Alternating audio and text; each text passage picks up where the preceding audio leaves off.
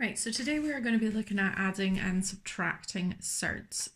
Now, hopefully we are comfortable with simplifying SURDs because we will need that when we are doing this. First thing is we need to realise when we're adding and subtracting SURDs, it's the same rules as algebra, really. Okay, so if I had 2x plus 4x, I could simplify this expression to 6x, okay, because these two terms both have x's, okay? But if I had 3x plus 7y, I couldn't simplify that, okay, because the x and the y terms are different. Okay, it has to have the same term on it so you can add them. Exactly the same rule applies to SURDs. So if I had 2 root 3 plus 4 root 3, that would simplify to 6 root 3. Okay, just like this one. Okay, these two are more or less the same, but just instead of x's we have root 3's.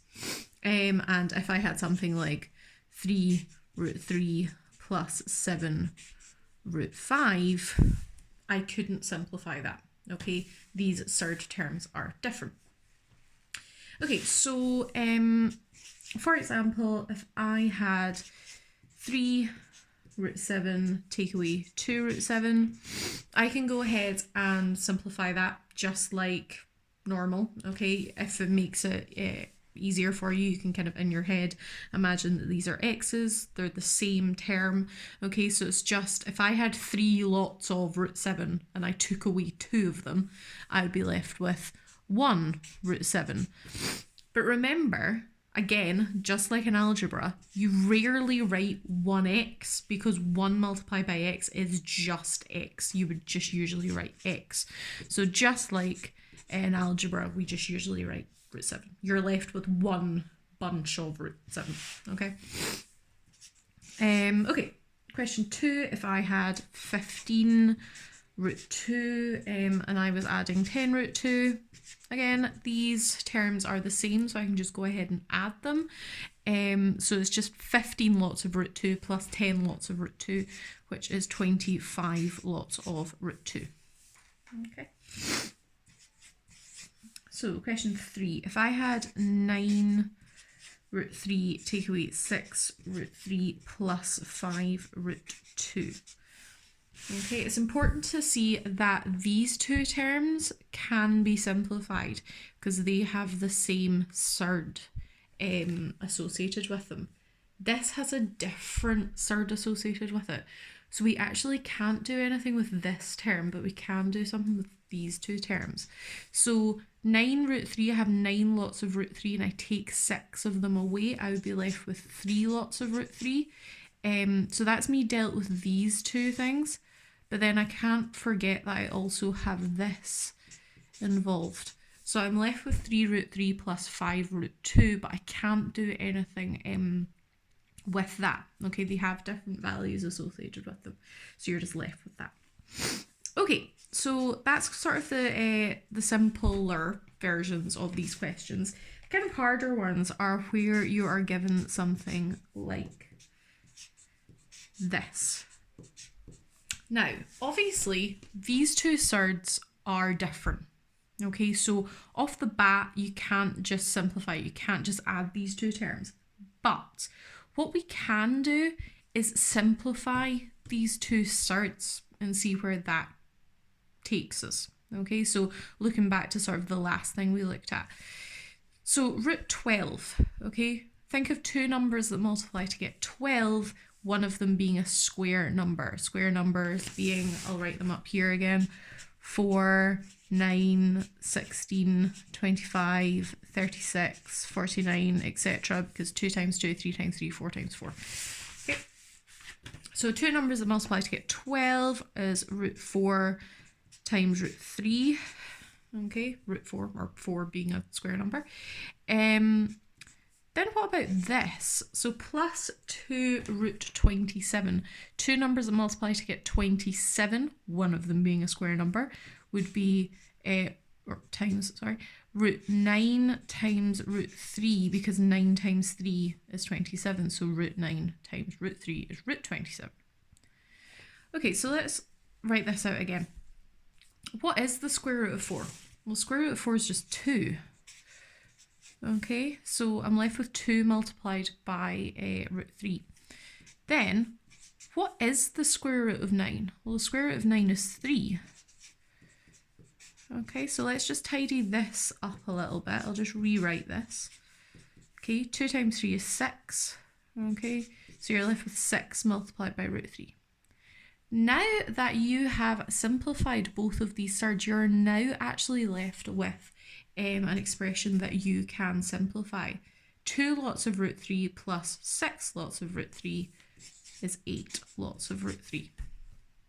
Okay, so if you want, you can even like do this in your calculator and see what answer you get, and then do that in your calculator and see what answer you get, and you'll find that they are the same. Okay, let's do another example of that. So if I had root 18 plus 5 root 2, okay, again, we're looking for 2 numbers that multiply to get 18, one of them being a square number, which is 9 times root 2. And then we're just going to add the 5 root 2. Now, I can't simplify root 2 because there's no 2 numbers that multiply to get it, with one of them being a square number. So that's as small, that's as simplified as that number can get. So we just leave that like that. Again, we're thinking, what is the square root of 9? It is 3. Okay, so you're left with this expression, and then you can just add them together. Okay, we'll do another one that's similar to that. We'll do root 300 plus square root of 48. Okay, so I'm just gonna kind of quickly go through this one. Root 300, 2 numbers that multiply to get 300 are 103. We're picking 103 because 100 is a square number. Then we are thinking of 2 numbers that multiply to get 48, which is 16 and 3. So then what is the square root of 100? It's 10. So this becomes 10 times root 3.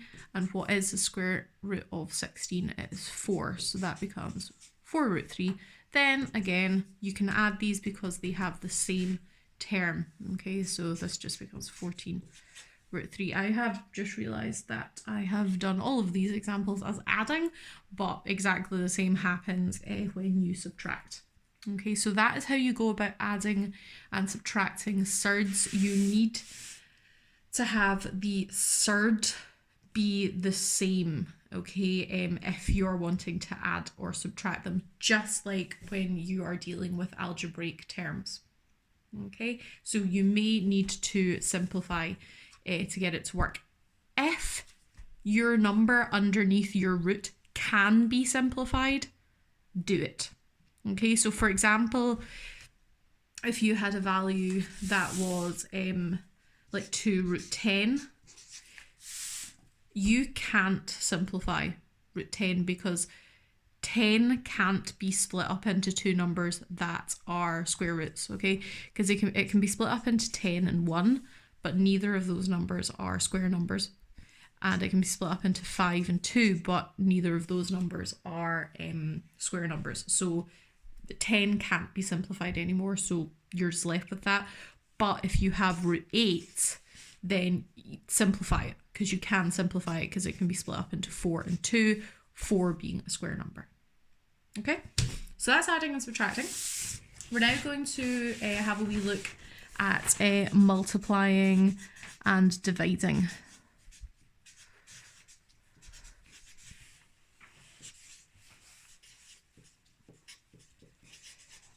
Okay, now we've actually already looked at a couple of the rules when it comes to multiplying and dividing. SURDs, and that was that if you had the square root of a times the square root of b, then your answer would be the square root of ab. E.g., if you had the square root of 5 times the square root of 3, you would have the square root of 15. Okay, because you just multiply the 5 and the 3 together. Easy peasy.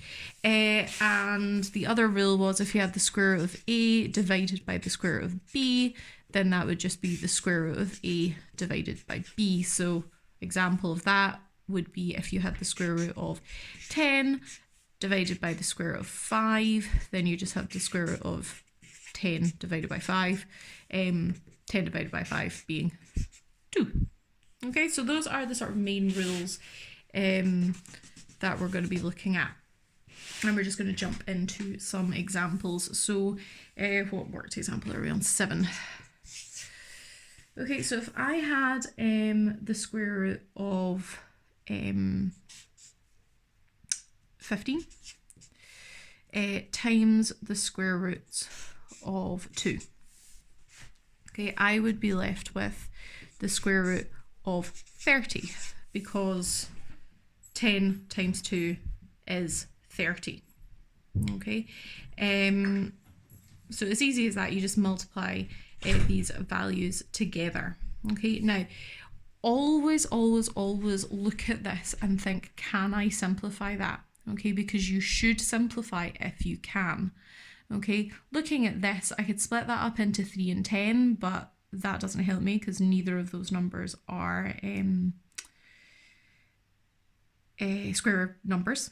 Okay, I could split that up into 5 and 6, but neither of those numbers are square numbers. So that's actually as simple as that can get. So I just leave it.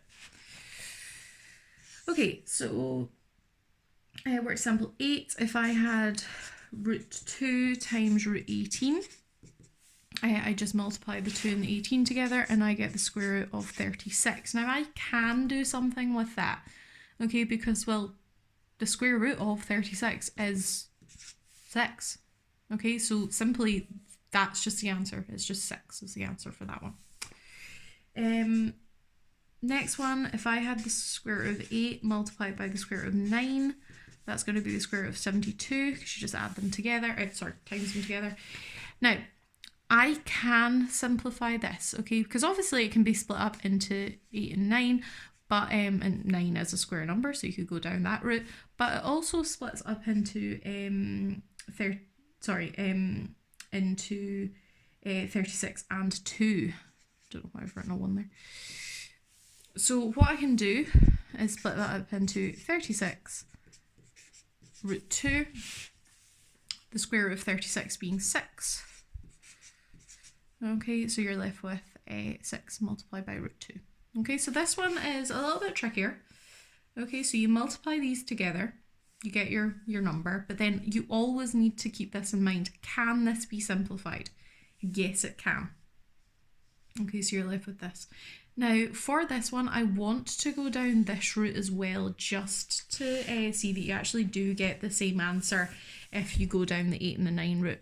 So if I said that this is equal to root 9 times root 8, I know that that's where we started, but that's irrelevant at the moment. You would get 3 root 8, okay, because the square root of 9 is 3 and root 8. But 8 can be simplified, okay? 8 can be simplified into 4 and 2, the square root of 4 being 2. Okay, so then these multiplied together is 6 and then root 2, which is the same answer that we got up here. Okay, so you see you do actually get to the same answer, just this way is easier. Okay, right, so that's multiplying. Dividing is really pretty much the same. So if you had, for example, root 21 over root 3, that would be the square root of 21 divided by 3. How many 3's go into 21? 7. Okay, so your answer is root 7. That cannot be simplified any further, so you just leave it like that. Okay, you can get ones like running out of page here, need to be careful. Like 54 divided, sorry, root 54 divided by root 6, it might be given in this form rather than in a fraction form, which would just be 54 divided by 6. How many 6s go into 54? Well, 9 do, so the square root of 9 is just 3. So your answer is just 3. Okay, now we're going to do one more difficult one at the end here. Okay, so and this is just going to kind of go through the multiplying and dividing. So if I had 4 root 6 multiplied by 2 root 5 over 3 root 15. What you do is you always deal with the top first. Okay, in this case, okay, so these are multiplied, always deal with the multiplying first. So for example, if the bottom had something multiplied as well, you would do that before you divided. Okay, so for this, what we do is we multiply the numbers that aren't under a root normally. Okay, so we just multiply these numbers together, then we multiply the surds together.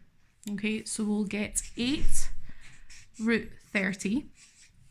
Okay, and then this is still divided by 3 root 15. Okay, now with this problem, if it makes it easier for you to visualize, you could split that up into 8 over 3 multiplied by root 30 over root 15. Okay, so we have our sort of normal fraction, okay, and then we have our surd fraction. Now you can't simplify this, okay, 3 doesn't go into 8 without a remainder, so that just stays like that. But this, okay, this can be simplified into root 30 over 15. And how many 15s go into 30? Well, 2 of them do. So your final answer would be 8 over 3 multiplied by root 2, or 8 over 3 root 2. Okay, not the nicest looking thing, but that is your final answer. Now, just remember, when you are working with surds, please always simplify. If you can, simplify. Okay, so we can't simplify here, so we didn't. Okay, but this answer we could simplify, so we did. Okay, you always have to simplify, okay, with surds if you can. Right, so that is the end of the video, but I'm just going to sort of zoom out a little bit so that you can see all of the paper at once. So if you want, you can take a screenshot.